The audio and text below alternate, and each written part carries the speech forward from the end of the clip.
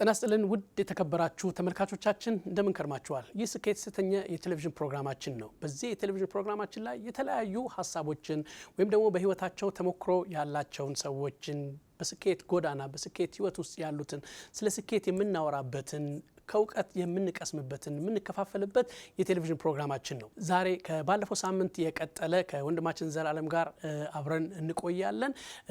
ተከታተሉ።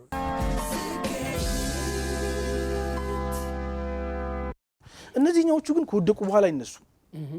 ለውድቀታቸው ሁሉ ጊዜ እጃቸው እንደቀሰሩ ነው። እንትና ምናም ይያሉ ይቀስራሉ። እኔ ብለው ራሳቸውን መዋጥ አይችሉም። ሁሉ ጊዜ እንዳሳበቡ ነው የሚኖሩት። ሁሉ ጊዜ እጃቸው እንደቀሰሩ ናቸው። እነዚህ ደግሞ በጣም ተላላዎች ናቸው። ስለ ውድቀታቸው በሌሎች ላይ ኃላፊነትን ኢትዮጵያ ውስጥ ባለፈጠርኩ ብለው እስከሚያስቡ ድረስ ውድቀታቸውን በአገር ደረጃ እንኳን የሚለጥፉ ሰዎች አሉ።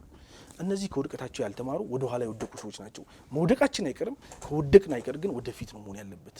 በዚህ ውስጥ ለስኬት የሚሆን ትምህርት ስላለ ማለት ነው። ስለዚህ የወደቀ ሰው ደግሜ ይለዋለሁ ተመልሶ ተነስቶ ስራ ሲጀምር የሚጀምረው ከተሞክሮ ነው። ያልወደቀ ሰው ግን ስራ ሲጀምር የሚጀምረው ከዜሮ ነው። የሚጥለውንና የማይጥለውን ካለማወቅ ነው የሚጀምረው። ስለዚህ ምናልባት አሁንም ይሄን ዝግጅት እያዩ ያሉ በውድቀት ውስጥ ያሉ ሰዎች መውደቃቸው የስኬታቸው የመጀመሪያ ፒላር እንደሆነ እውቅና እንዲሰጡ ትፈልጋለሁ። ባይሞክሩ ኑሮ አይወድቁማ። እጁን አጣጥፎ ቢሞት የሞተ ሰው ለምሳሌ አይወድቅም። ሞቷል ኦልሬዲ።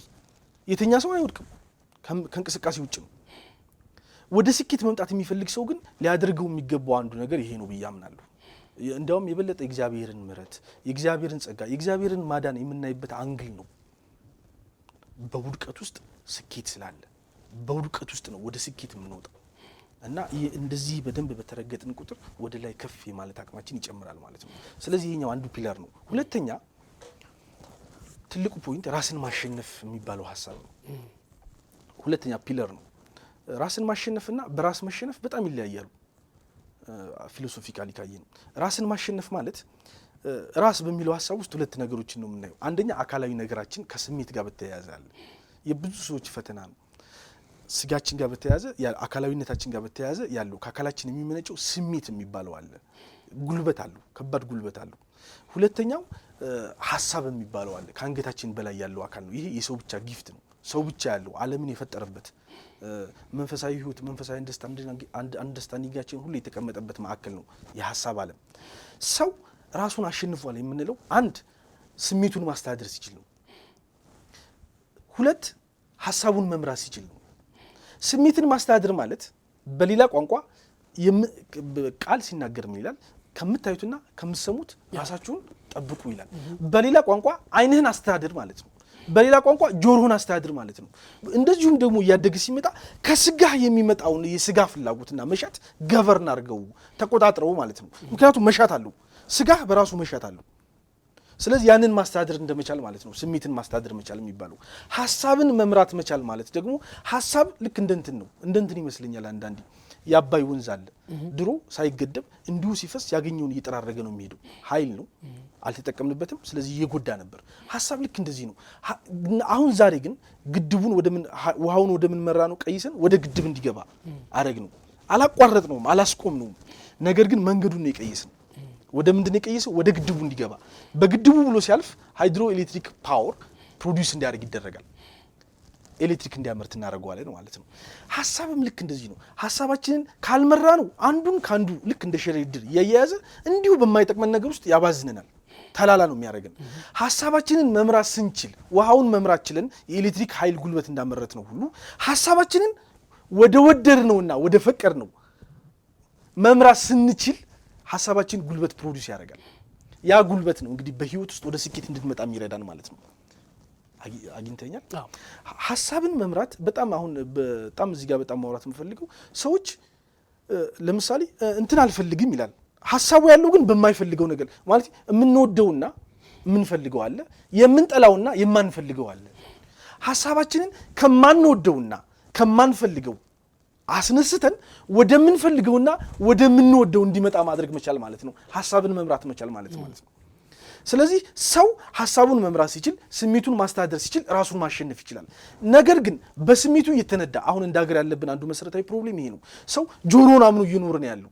በለው ሲባል ሂዶ ወደ መደብደብ ያደገበት ሲዝን ላይ ያለ ነው በስሜት ብቻ በነገራችን ላይ ሰው ስሜቱን ማስተዳደር የሚችለው በምን ታውቃለህ በእውቀት በምክንያትና በተሞክሮ ራሱን መግራት ሲችል ነው እውቀት የእውነት እውቀት አለ ከእግዚአብሔር ከላይ ከሰማያት ይወርድልን በዛ እውቀት ውስጥ አእምሮን ስሜቱን መግራት መቻል አለበት ሰው በተሞክሮ በምክንያት ሰው መኖር ካልቻለ እንደ እንስሳት በስሜት ይኖራል ሰው ነው የሚያስብ ሰው ነው ግን በእንስሳት ግብር ነው የሚገለጠው ቃሉም ይለዋል እንደሚጠፋ እንስሳት ይለዋል ታውቃለህ ስለዚህ ሰው ማሰብ ካልቻለ ራሱን ማሸነፍ ካልቻለ በሌላ ቋንቋ በራሱ ተሸንፎ የሚኖር ከሆነ እንደ እንስሳት ነው የሚኖሩ በነገራችን ላይ የፍቃድ ልጓም ያለው ሰው ራሱን ማሸነፍ ይችላል ነው ሰው በራሱ ከተሸነፈ የፍቃድ ልጓሙን መጨበጥ አይችልም ለምሳሌ እንስሳት ፍቃድ አላቸው ስልጣን ግን የላቸው ሰው ግን ፍቃድ ብቻ ሳይሆን የፍቃድ ስልጣንም ጭምራለው የዊል ፓወር ይለዋል የእግዚአብሔር ቃል ታውቃለህ ዲዛይን የተደረገው በዛ መንገድ ነው እና ሰው ከእንስሳት የሚለየው የፍቃድ ስልጣን ልጓሙን መጨበጥ ሲችል ራሱን መግዛት ሲችል ያንን ማድረግ የሚችለው ደግሞ ራሱን ማሸነፍ ሲችል ነው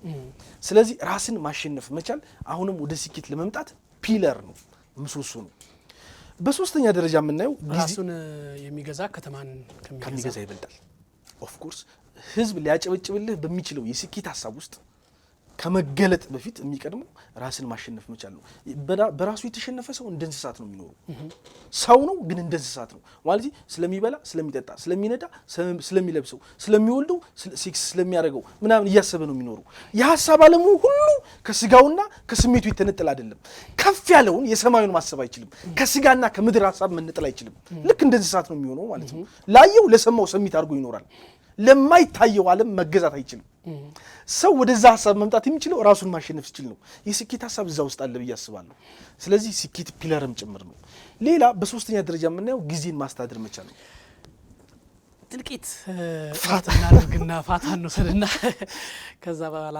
እንቀጥላለን ከለቀኩ ዘል ፍሬንካሊያስኩ ተመልካቾቻችን ካፍታ ቆይታ በኋላ እንደገና ተመልሰን እንመጣለን ጥቂት ረፍት አድርጉና እንገናኛለን ተመልካቾቻችን ካፍታ ቆይታ በኋላ እንደገና ተመልሰን መተላል ከዘሌ ጋር ያለውን ሐሳብ እንደገና እንከፋፈላለን እሺ ዘሌ አስቆም ያለውና በሶስተኛ ደረጃ አሁንም ጊዜን መረዳት መቻል ነው አሁንም ስኬት እኛ አእምሮ ውስጥ የሚያልቅ ነው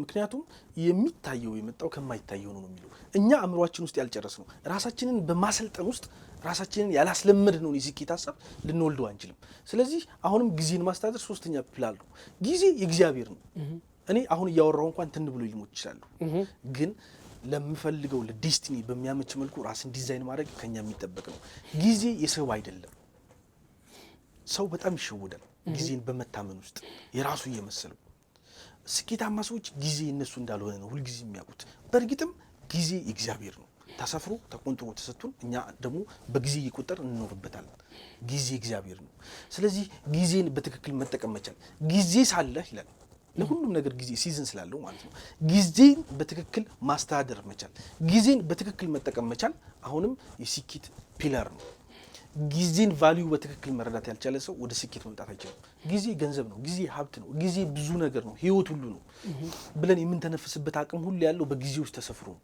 ስለዚህ ለተሰጠን ጊዜ መታመን አሁንም የስኬታማ ሰው ፒለር ነው ምሰሶ ነው ማለት ነው ሌላ አሁንም በአራተኛ ደረጃ ምናልባት እዚህ ጋር ስለ ጊዜ ብናነሳት መታለፍ ስለሌለበት ነገ እንሰራዋለሁ ፈረንጆቹ ኖ ኤክስኪውዝ ይሉታል የሚል አይነት ሐሳብ አለና ስራ ለነገ ወይም ደግሞ ነገ አደርገዋለሁ ምናምን የሚሉት አይነት ሐሳቦች አሉ ምናልባት የሚቀጥለው ሐሳብ ሊኖረው ይችላል እንደሆነ አላወኩም ግን ሳናወራት እንዳናልፍ ኢንተረስቲንግ እውነት ነው አዎ ነገ አደርገዋለሁ ባዚ እኔም ነበር የኔም መሰረታዊ አንዱ ክፍተት ነው ጥሩ ሐሳብ ነው ያስተዋወስከኝ ነገ የሰነፍ ነገ ያልቅም ብያስብ ነበር ወይም የሞኝ ነገ ያልቅም እላለሁ እኔ ፐርሰናሊ እና ነገ የኔ አይደለም ዛሬ ነው የኔ ዛሬን የተሰጠኝ ነገ በእግዚአብሔር እጅ ነው ያለው ስለዚህ ዛሬ ማድረግ ያለብኝን ማድረግ የብልህ እና የጠቢብ ሰው መገለጫም ጭምር ነው ጊዜን በትክክል መጠቀም በሚለው ውስጥ አንዱ ትልቁ ነገር ዛሬ የተሰጠን 24 ሰዓት አሁን የቀረን ደግሞ 12 ሰዓት በትክክል ማስተዳደር መቻል ዛሬን በትክክል መጠቀም መቻል ማለት ነው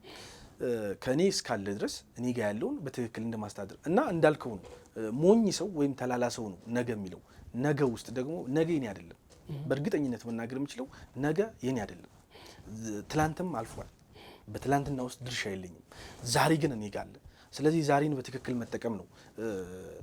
ይሄ ሞኝ ሰው ያልነው ቅድም ጊዜን ይታመናል የምንለው ያን ነው። ጊዜን የሚታመን ሰው ተሸውዶ ጊዜ እሱ መስሎት ነገ ሰራዋለሁ ይላል። ጊዜን የሚታመን ሰው መገለጫ ነው፣ የባለ ጊዜነት መገለጫ ነው። ጊዜ ግን እንደዛ አይደለም። በጣም በሚገርም ሁኔታ አንድ ምስል ነበር አሁንም አእምሮ ውስጥ አለ። አንበሳ እጅግ በጣም አርጅቶ መሄድ የማይችልበት ደረጃ ላይ ሲደርስ አይቼ ነው በአእምሮ እና አንበሳ ነው፣ ጀግና ነበር በጊዜ ውስጥ። አንበሳ በጊዜ ውስጥ ደግሞ ዝንብ እንኳን ስታርፍበት እሺ ማለት የማይችልበት እንደዚህ አካሉን አንቀሳቅሱ ከሱ እንድትርቅ ማድረግ የማይችልበት ደረጃ ላይ የሚደርስ አለ። ጊዜን ልንታመነው አይገባም። ባለ ጊዜነት የተላላሰው መገለጫ ነው። ጊዜ ዛሬ ነው። ዛሬን በትክክል መጠቀም ነው የስኬታማ ሰዎች። ዛሬ ልክ ቅድምም ለማለት እንደሞከርኩት ማለት ነው እንደሚሞት ሰው መኖር፣ እንደሚኖር ሰው ደግሞ መስራት። እንደሚሞት ሰው መኖር ማለት አሁን ልሞት እችላለሁ፣ ስለዚህ መኖር ያለብኝ ሞት እንዳለበት ሰው ነው። አሁን ልሄድ እችላለሁ ወደ እግዚአብሔር፣ አሁን እሞታለሁ፣ አሁን እንጠቃለሁ ምክንያቱም ብለን የምንተነፍስበት ጉልበት እንኳን የኔ አይደለም። አይገርምም? አሁን ይሄን ዝግጅት ያዩ ሰዎች ያሉ ሰዎች ብለው መተንፈስ ቢችሉ አስቦት አይደለም የሚተነፍሱት። ባለ ዕውቀት ስለሆኑ ሴት ወይም ወንድ ስለሆኑ የእግዚአብሔር ልጅ የእግዚአብሔር ሰው ስላልሆኑ አይደለም የተሰጣቸው። በእግዚአብሔር ፍቃድ ተሰፍሮ የተሰጠን ትንፋስ ነው። ስለዚህ እንደሚሞት ሰው ነው መኖር ያለብን። ትንፋሽ ከተቋረጠ ነገር ሁሉ ይቆማል። እንደሚሞት ሰው ማለት ሞት እንዳለበት ሰው፣ ወደ ሞት እንደሚሄድ ሰው፣ ሰዎችን የማይበድል በጽድቅ የሚመላለስ በእውነት የሚመላለስ ፍትህን የማያዛባ የማይበድል ሰው እንደመሆን ማለት ነው። ሞት ያለበት ሰው ልክ እንደዛ ነው።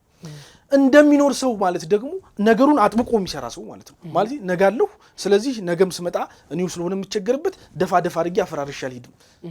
የቶሎ ቶሎ አይነት ስራ አልሰራም፣ ነገም እኖራለሁ። ስለዚህ ዛሬ በትክክል ስራ እንደሚኖር ሰው መስራት ማለት ነው። እና ይሄ አሁን ጊዜን ከመጠቀም አንፃር እኔ ፐርሰናሊ ፊሎሶፊካል ፕሪንሲፕል ነው። እንደሚኖር ሰው፣ እንደሚሞት ሰው መኖር፣ እንደሚኖር ሰው መስራት ጊዜን በትክክል እንድንጠቀም ድጋፍ ይሰጣል ብዬ አምናለሁ። ያ የኢየሱስ ክርስቶስ የተናገረው ሐሳብ በጣም ሁሉ ጊዜ ተች ያደርገኛል። ቀን ሳለ የላከኝን ስራ ፈጽም ዘንድ ገባኛል። ማንም ሊሰራባት ማትችል ሌሊት ትመጣለች ይላል። ለኢየሱስ ክርስቶስ እንኳን ጊዜ በጊዜ ገደብ ውስጥ ነው ያለው። በጊዜ ገደብ ውስጥ ነው የሚኖረው። እንደሚሄድ ያስባል። ደግሞ መልሶ ደግሞ ዛሬ ቀኑ ስላለ ዛሬ መስራት እንዳለበት ደግሞ ያስባል። ቀን ሳለ የላከኝን ስራ ፈጽም ዘንድ ገባኛል።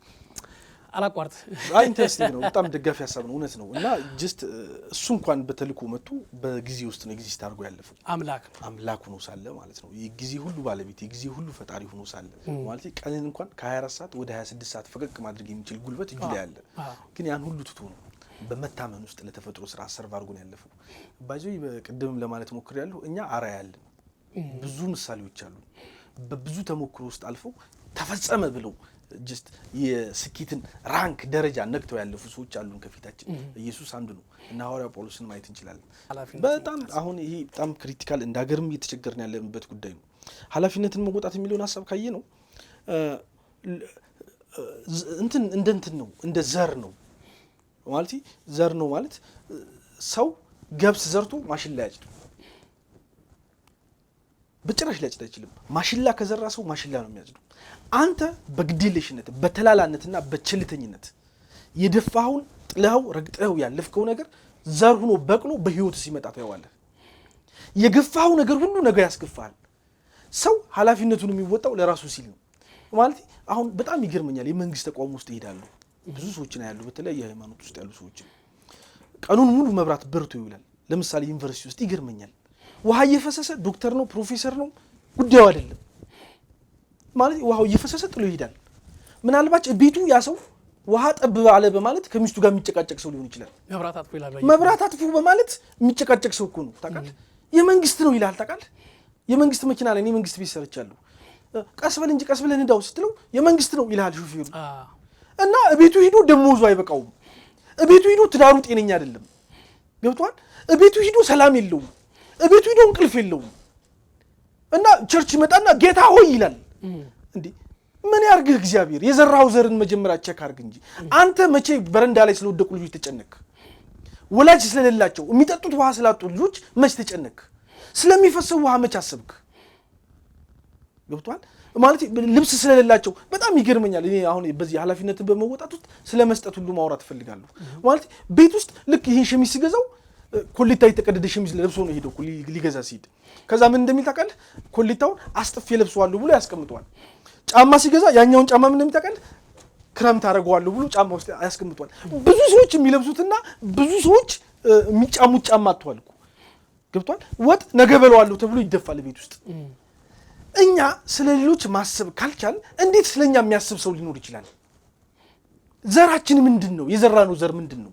ያ ማለት በምግባር የተገለጥንበት ዘር ስንል ወደ ሌላ እንዳይወስዱት ማለት ነው። በምግባር እኛ ኦሬዲ ለነገሩ የተጻፈ ነው። እኛ ከማይጠፋ ዘር ነው የተወለድነው። ስለ ዘር የምናወራበት ሐሳብ የለንም። የሚጠፋ ቢሆን ስለዛ ዘር እናወራለን። ይጠፋል አይጠፋም በሚል ሂሳብ ውስጥ ኦሬዲ ከማይጠፋ ዘር ነው የተፈጠርነው። ስለዚህ የዘር ጥያቄ የለብንም። ያለ የኖረ የሚኖር ውስጥ ነው ያለነው። ምንጫችን ያ ስለሆነ ማለት ነው። በዚህ ሐሳብ ውስጥ የተያዙት ያሳዝኑኛል። ቃሉ እንዴት እንደተረዱ ስለማላውቅ ወደዚህኛው ሐሳብ ስመጣ ግን ዘር የሚለው በኃላፊነቱ መወጣት ውስጥ በምግባር የምንገለጥበት የሐሳብ አይነት ማለት ነው። እለት እለት ኑሯችንን የምንገፋበት ፕሪንሲፕል ማለት ነው። ለሌሎች መጨነቅ ካልቻልክ ላንተ የሚጨነቅ ትውልድ ሊመጣ አይችልም። ለሌሎች ማሰብ ካልቻልክ ላንተ የሚያስብ ትውልድ አይመጣም። ይሄ ዩኒቨርሳል ሎው ነው። ስለዚህ ወደ ስኬት ሰዎች መምጣት ሲጀምሩ የመጀመሪያው ስራቸው ኃላፊነትን መወጣት መቻል ነው። ማለት አሁን ስላለበት ድህነት እንኳን እግዚአብሔርን እጁን ቀስሮ እኮ የሚወቅሳል ታውቃለህ። አሁን ስላለበት ችግር፣ አሁን ስላለበት ኃላፊነትን መውሰድ የማይችል ሰው ወደ ስኬት እንዴት ሊመጣ ይችላል? ስለዚህ ኃላፊነትን መወጣት ወደ ስኬት የምንመጣበት ሌላኛው ፒለር ነው ማለት ነው። ለትልቅ ነገር ይላል የእግዚአብሔር ቃል መታጨት ያለው ለትንሽ ነገር መታመን ውስጥ ነው። ይሄ ደግሞ ለትልቅ ኃላፊነት መብቃት ያለው ለተሰጠህ ለትንሹ ኃላፊነት መታመን ውስጥ ነው። ኃላፊነትን መወጣት ወደ ስኬት የምንመጣበት ሌላኛው መንደርደሪያ ፖይንት ነው ማለት ነው። ሌላኛው በአስተሳሰብ መታደስ ነው። በአእምሮ መታደስ ይለዋል የእግዚአብሔር ቃል።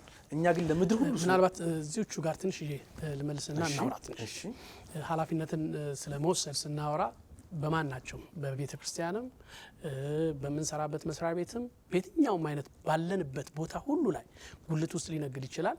ሊስትሮ ሆኖ ሊሰራ ይችላል። ሐኪም ሆኖ ሊሰራ ይችላል።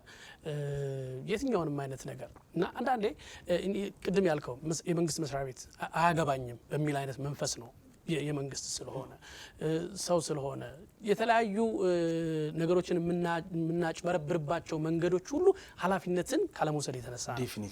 ስለዚህ አንድም ጌታ እንዳለ ማሰብ፣ ሁለተኛም ደግሞ የዘራ ነው እንደሚጠብቀን ማሰብ መቻል በጣም ወሳኝነት አለው። ስለዚህ የሚሆነውን ነገር በህይወታችን ላይ የሚሆነው ነገር ዛሬ ላይ ያደረግነው ነገር 100% ነው። ስለዚህ የምንገለጥበት ነገር ላይ መጠንቀቅ መቻል አለብን።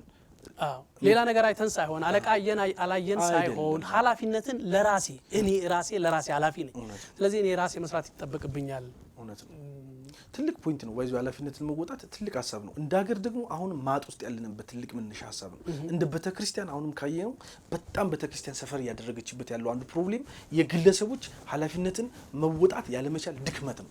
ኃላፊነትን መወጣት በጣም ክሪቲካል ነው። ማለት ስለ ትውልድ መጨነቅ ያለው ኃላፊነት በመሰማት ውስጥ ስለተቸገሩት፣ ስለተራቡት፣ በጨለማ ስላሉት ጣም የሌለው ህይወት ስለሚኖሩ ሰዎች ማሰብ አሁንም ኃላፊነትን መወጣት ነው። ስለዚህ ኃላፊነትን መወጣት ማለት በሌላ ቋንቋ ቅድም ዲፋይን ካደረግንበት ብርሃን ወይም ጨው ወደ መሆን ወደሚለው ሐሳብ የሚያመጣን ነው ማለት ነው። ለሌሎች መጨነቅ፣ ኃላፊነታችንን መወጣት፣ እጆቻችንን ከመቀሰብ ወደ ራሳችን መወርወር መቻል፣ እነዚህ ሐሳቦች የማይነኩ ናቸው። የጥበብም መጀመሪያም ነው። ጠቢብ አይኖቹ ወደ ውጭ አይደለም ወደ ራሱ ነው። ስለዚህ የሚያላክከው የሚለጥፈው የሚያሳብቀው ነገር የለም ማለት ነው በሌላ ቋንቋ እና በጣም ፒለር ነው ማለት ነው። ሌላ አሁንም እንደዚሁ አሁንም በእንትንን ማየት እንችላለን። በአስተሳሰብ መታደስ የሚል ሐሳብ አለ። ይህም ሌላኛው ፒለር ነው። በአስተሳሰብ መታደስ፣ በአእምሮ መታደስ የሚለው የእግዚአብሔር ቃል ነው። እኛ ግን ለዓለምና ለምድር ሁሉ እያወራን ስለሆነ ያለው በዓለም ቋንቋ ሐሳቡን ስንገልጠው በአስተሳሰብ መታደስ። በአስተሳሰብ መታደስ በሌላ ቋንቋ ዲፋይን ስናደርገው ቀድሞ ከነበረው የአሮጌ ሐሳብና የአሮጌ ልምድ ነፃ በመውጣት ወደ የአዲስ ህይወት ልምድ እና የአዲስ ህይወት ስርዓት መምጣት መቻል ማለት ነው። ይሄ ማለት ነው ሰው አሮጌ የሚሆነው ከስጋው ጋር ሲጣበቅ ነው። ከሰይጣን ጋር አይደለም፣ ከስጋው ጋር። በጣም በሚገርም ሁኔታ ኦኬ ለነገሩ ፐርሰናል ይሆናል። አሁንም ከስጋ ጋር መጣበቅ ከሰይጣን ጋር ካለ ህብረት ይበልጣል ብዬ ነው ያምናለሁ።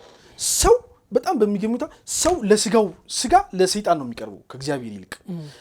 ሰው ከስጋው መፋታት እስካልቻለ ድረስ ከሰይጣን ሐሳብ መራቅ ወደ እግዚአብሔር ሐሳብ መቅረብ አይችልም።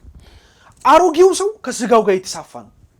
ከስጋው መውጣት አልቻለም ማለት ስለሚበላ ስለሚጠጣው ከማሰብ ባለፈ አምልኮትና ምግባሩ ሁሉ ከስጋው ጋር የተያዘ ነው። የስጋን መሻት ምላሽ መስጠት ውስጥ ነው አሮጌው ሰው ያለው። በጣም በሚገርም ሁኔታ ሰው ስለ ስጋው ብቻ ሲያስብ ተጠቃሚ ነው መሆን የሚፈልገው። ሰው ከስጋው ሐሳብ ሲበልጥ የሐሳብ ዓለሙ ወደ ህይወት ሲመጣ ያ ማለት ወደ አዲሱ ልምድ ራሱን ማምጣት ሲችል ሰው ከተጠቃሚነት ወደ ጠቃሚነት ያድጋል። በጣም ይለያያሉ። ለምሳሌ ህፃናትን ማየት እንችላለን። እንግዲህ አሮጌው ሰው አለ፣ አዲሱ ሰው አለ። አሮጌው ሰው ተጠቃሚ ነው ማለት መስሪያ ቤት ሲሄድ ምን ልጥቀም ብሎ አይደለም የሚሄደው። አገርን ሲያስብ አገሬ ለኔ ምን ጠቀመችኝ ብሎ፣ ቸርችን ሲያስብ፣ እግዚአብሔርን ሲያስብ እንኳን ከእግዚአብሔር ስለመጠቀም ነው የሚያስበው። ታውቃለህ? የአሮጌው ሰው ባህሪ ነው። የስጋ ባህሪ ነው። ስጋ አይጠግብም። ልክ አሁን በልተን አሁን እንደሚረበን ነው የስጋ ባህሪ። አሁን ሴክስ አድርገን አሁን እንደገና መልሰን ሴክስ ያመረናል። የስጋ ባህሪ ነው። ገብቷል? ሰው አሮጌ ሲሆን ሁልጊዜ የሚያስበው ስለመጠቀም ነው። መሻት አለዋ እና ህፃን ልጅ ደግሞ ልክ እንደዚህ አይነት ባህሪ ነው ያለው። ህፃን ልጅ ተጠቃሚ ነው። እድሜው አዋቂ እስከሚሆን ድረስ በእኛ ሀገር ኮንቴክስት 18 ዓመት ወይም 21 እስኪሞላው ባለው ድረስ ህፃን ልጅ እናስተምረዋለን፣ እናበለዋለን። ሁሉንም ለኔ ስለሚል እሳትም እንዳይዝ እንደ ሞግዚት እንጠብቀዋለን። የሚያስፈልገውን ብቻ ነው ፊድ የምናደርገው እንዲያድግ፣ በሰውም በእግዚአብሔርም በራሱም ፊት እንዲያድግ ማለት ነው። ህፃኑን ፊድ እናደርገዋለን። ተጠቃሚ ነው ህፃኑ ልጅ፣ ምንም ኤክስፔክት አይደረግበትም። እድሜው ለአካለ መጠን ሲደርስ ግን በእርግጥ እኛ ሀገር ውስጥ አሁን 40 ዓመት ሆኖት ለአካለ መጠን አልደረሰም ተብሎ እማዬ እያለ የሚኖር ብዙ ሰው አለ። ገብቷል? የማይነካ ሀሳብ ነው።